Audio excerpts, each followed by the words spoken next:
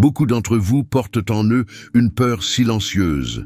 La peur de passer près des murs d'un cimetière la nuit, la peur de marcher sur quelque chose d'étrange dans la rue, ou l'inquiétude constante que quelqu'un, quelque part, ait fait un rituel de mort contre votre vie. Mais je dois commencer cette vidéo en vous disant une vérité dure, mais libératrice, une vérité que j'ai apprise en vivant des deux côtés de la médaille spirituelle, à la fois dans les ténèbres et maintenant dans la lumière. Le cimetière le plus dangereux n'est pas celui entouré de murs de béton au bout de votre rue. Le cimetière le plus dangereux est celui que nous construisons à l'intérieur de notre propre maison, sans nous en rendre compte. On nous a enseigné à tort que le mal est une poussière cosmique, une énergie libre qui nous attrape par surprise ou par malchance. Que vous marchez dans la rue et soudainement, une malédiction vous saute dessus comme un virus invisible. Mais je suis ici pour vous dire que le monde spirituel ne fonctionne pas sur la base du hasard. Il ne fonctionne pas par les sentiments. Il fonctionne par des lois. Il fonctionne sur la base de la légalité. Saviez-vous que vous n'avez pas besoin d'aller physiquement dans un cimetière pour ramener l'atmosphère lourde de la mort dans votre salon?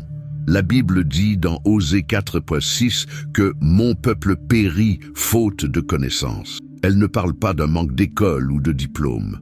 Elle parle de l'ignorance des lois spirituelles qui régissent l'univers. Aujourd'hui, je vais vous révéler exactement comment les malédictions de mort, de stagnation financière et de froideur émotionnelle n'entrent pas chez vous en défonçant la porte. Elles entrent parce qu'à un moment donné, peut-être lors d'une dispute animée la nuit, peut-être dans un vice que personne ne voit, ou dans une rancune qui a pourri dans la poitrine, nous avons laissé la clé dans la serrure. Ce n'est pas une question de terre de tombe sous votre chaussure.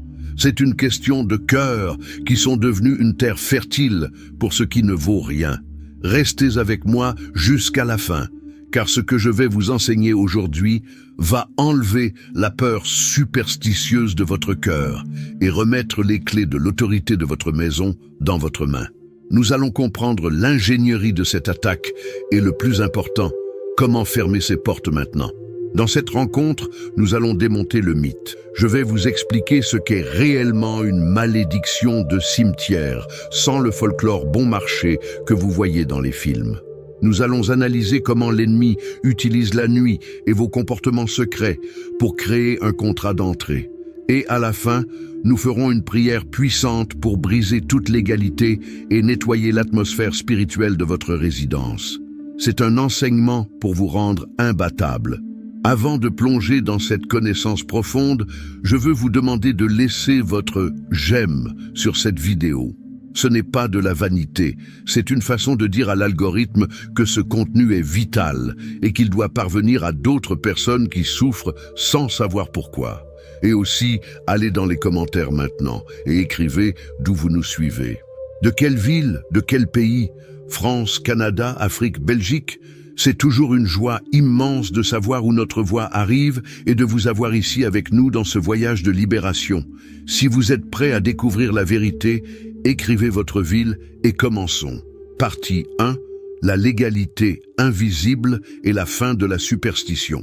Commençons par défaire un malentendu qui maintient beaucoup de gens prisonniers de la peur. Quand on parle de malédiction de cimetière, l'image qui vient à l'esprit de la majorité est celle de quelqu'un allant jusqu'à une tombe, allumant des bougies et faisant un travail avec le nom de la victime. Oui, cela existe. Oui, il y a des gens mauvais qui essaient de manipuler des forces spirituelles de cette manière. Mais faites très attention.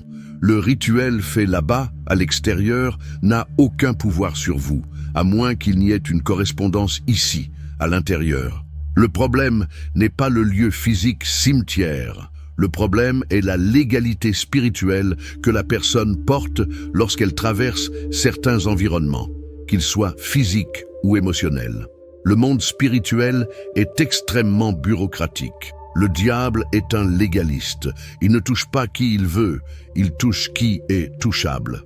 Beaucoup de personnes pensent que seuls ceux qui fréquentent des lieux lourds courent un risque, mais elles ignorent qu'il existe des attitudes quotidiennes dans le confort du foyer qui équivalent spirituellement à entrer et dormir dans une tombe.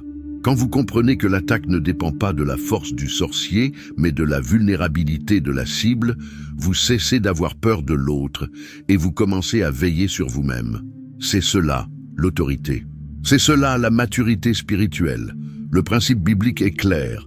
Comme l'oiseau s'échappe, comme l'hirondelle s'envole, ainsi la malédiction sans cause n'a point d'effet. Proverbe 26, 2. Si la malédiction est arrivée, si le poids est entré, si l'atmosphère de mort s'est installée dans votre maison, c'est parce qu'il y a eu une cause. Il y a eu une porte. Et c'est cette porte que nous devons identifier ensemble. Partie 2. Qu'est-ce que sont réellement les malédictions de cimetière? Pour combattre un ennemi, nous devons le définir correctement. Écartons le mysticisme bon marché.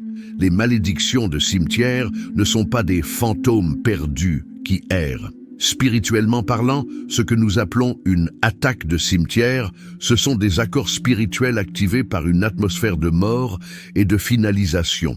Le cimetière est un point d'autorité spirituelle non seulement parce qu'il y a des corps là-bas, mais parce que c'est un lieu saturé de mémoire, de pactes anciens, de douleurs extrêmes, de deuils non résolus et de vœux brisés. C'est une archive de douleurs humaines. La Bible dit « Où sera le corps? Là s'assembleront les aigles ». Matthieu 24, 28. C'est un principe spirituel immense, là où il y a la mort spirituelle. Et quand je dis mort, je me réfère au péché, à la culpabilité, au vice, à la haine mortelle. Là, les démons se rassemblent. Par conséquent, une malédiction de cimetière est une opération spirituelle conçue pour apporter 3 choses dans votre vie. Premièrement, la paralysie, tout comme un corps ne bouge plus. Deuxièmement, la froideur, perte d'affection, d'amour et d'espoir dans le couple ou la famille. Troisièmement, des cycles de répétition, rester bloqué dans le passé, incapable d'avancer. Quand un agent des ténèbres essaie d'envoyer cela vers vous, il essaie de projeter cette réalité morte sur votre réalité vivante. Mais pour que cette projection colle à votre vie, elle doit trouver un point de contact. C'est comme un aimant. Il n'attire le métal que s'il y a du fer. Si vous êtes en or pur, l'aimant n'a aucun pouvoir. Partie 3, le transport. Comment la malédiction entre chez vous? C'est ici que la vidéo devient extrêmement pratique et révélatrice. Beaucoup se demandent « Comment cela est-il entré chez moi si je ne suis jamais allé dans un mauvais endroit et que personne n'a rien jeté dans ma cour ?» La réponse est troublante. La malédiction n'est pas entrée dans la maison en premier. Elle est entrée en vous, et c'est vous qui l'avez ramenée à la maison. Nous sommes des portails ambulants. L'être humain est un temple, une maison spirituelle. Ce que vous portez dans la rue, vous le déchargez au foyer. La maison physique ne devient vulnérable que lorsque les gardiens de la maison, vous, votre conjoint, vos parents, baissent la garde spirituelle. Et il existe un moment critique où cela arrive le plus souvent. La nuit. Ce n'est pas que la nuit soit mauvaise en soi, Dieu a fait le jour et la nuit. Mais la nuit amplifie les légalités spirituelles. Pourquoi? Parce que c'est la nuit que la vigilance humaine diminue et que les passions de la chair augmentent. La Bible dit dans 1 Thessaloniciens 5, 7, « Car ceux qui dorment, dorment la nuit, et ceux qui s'enivrent, s'enivrent la nuit. » Pensez à votre quotidien. Où se produisent les pires disputes de couple? Généralement, la nuit. Quand la solitude frappe et que le vice secret est consommé. La nuit. Quand l'esprit rumine des pensées de vengeance et d'angoisse, dans le silence de la nuit. Ces comportements nocturnes, disputes violentes avant de dormir, pornographie, excès d'alcool, discussions où des paroles de malédiction sont lancées, fonctionnent comme un rituel d'invocation involontaire. Vous dites au monde spirituel « Je suis aligné avec la mort, avec la destruction, avec le manque de contrôle. » Et c'est à ce moment précis que la malédiction de cimetière trouve l'adresse de votre foyer. Elle n'a pas eu besoin de sauter le mur. Vous avez ouvert la porte d'entrée. Partie 4, la légalité. Le contrat qui autorise l'attaque. C'est le cœur de notre enseignement aujourd'hui. Vous devez comprendre le concept de légalité. Le diable, notre adversaire, opère comme un procureur dans un tribunal. Il ne peut pas vous condamner sans preuve. Il a besoin d'une évidence, d'une base légale. Éphésiens 4, 27 nous alerte « Ne donnez pas accès au diable ». Le mot « accès » ou « lieu » dans le grec original signifie un espace occupable, un territoire, une opportunité. Ce qui autorise réellement une attaque lourde dans votre vie n'est pas la force du mal, mais la matière première que vous fournissez. Quelle est cette matière première? C'est la colère non résolue. Dormir avec de la haine contre votre frère ou votre époux, c'est garder la porte déverrouillée. Ce sont les péchés de compagnie, cette erreur que vous pratiquez consciemment en pensant que personne ne voit. Dans le monde spirituel, tout est exposé. C'est le mépris de la correction. Quand nous savons ce qui est juste, mais que nous insistons dans l'erreur, c'est le plaisir dans la chute d'autrui. L'ennemi ne crée pas la brèche, il exploite simplement la brèche qui existe déjà. S'il y a une légalité de mort dans votre vie, comme la haine que la Bible compare au meurtre, alors une malédiction de mort envoyée de l'extérieur trouvera un écho à l'intérieur de vous. C'est comme une radio qui cherche une fréquence. Si vous changez de fréquence, le signal du mal se perd. Partie 5, la mécanique d'une magie, avec cible et lieu. Je veux vous expliquer cela sans glamouriser le mal, juste pour vous donner du discernement. Quand une magie sérieuse est faite, elle n'est jamais générique. Personne ne fait un rituel en disant « je veux toucher n'importe qui ». Non, il y a toujours une adresse spirituelle, targeting.